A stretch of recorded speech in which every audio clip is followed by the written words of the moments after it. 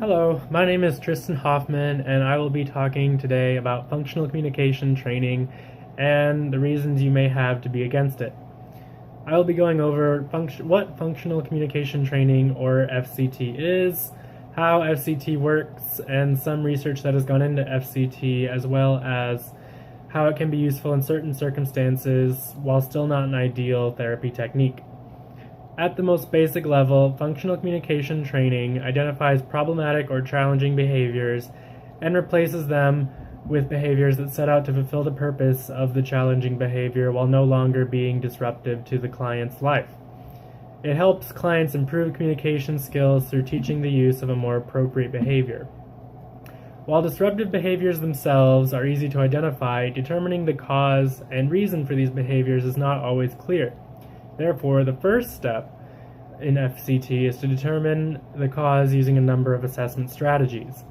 The most common method of determining the source of the behavior is through manipulating the environment in an attempt to trigger the behavior, and then observe what's going on and try and see what's going on there. So, in some instances, this can be a question of ethics, because certain behaviors are only triggered by, say, disruptions in family life or illness, and in other cases you wouldn't want to trigger the behavior at all because it may be self-injurious or it could be dangerous to the client in question. For an example, if someone has a behavior that results into them running outside and maybe going in the street, you don't want to cause that behavior in the event that they may get hit by a passing car or something.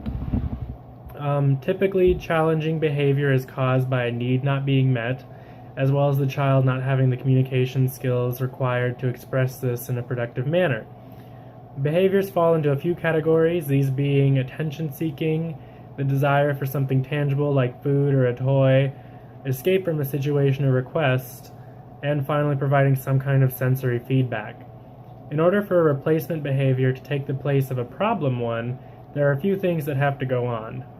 These include that ensuring the replacement behavior is correctly matched with the cause of the problematic one, that the replacement behavior results in a desired response from whomever the client is attempting to communicate with, if the replacement behavior is easy or easier to do than the original behavior, if the replacement behavior receives the desired result more quickly, and if the replacement behavior will be more effective with the people involved with the client.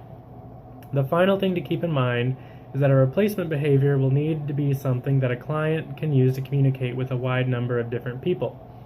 One of the shortcomings of FCT is that it typically teaches the use of spoken phrases or sign language in order to develop appropriate response to their needs.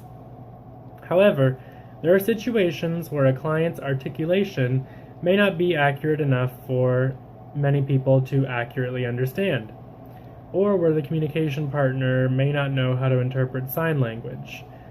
There are instances where when a client is using sign language that they may have charts readily available that they can use to show their communication partner what it is they're trying to sign. But if that's the case, then perhaps sign language isn't the best option for that person, unless all people involved are trained in how to interpret and appropriately respond to a client's needs. So while these initial concerns should be addressed when dealing with crafting appropriate replacement behavior, there are issues that come along with FCT in general. One of the things mentioned was developing a response that ensures the replacement behavior results in the desired response from the communication partner that whomever the client is trying to communicate with. Occasionally, a client requests assistance very frequently, or the desired response may only come after a period of time or not at all. In these cases, FCT may not be the best fit for intervention.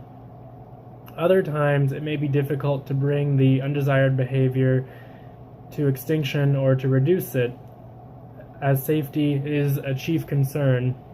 And when you're dealing with injurious behavior or other such behaviors that result in harm to the client or others, you want to make sure that you're not you're not introducing a behavior that, if it's not being responded to in a manner that suits the client, is going to be continuously harmful to that client.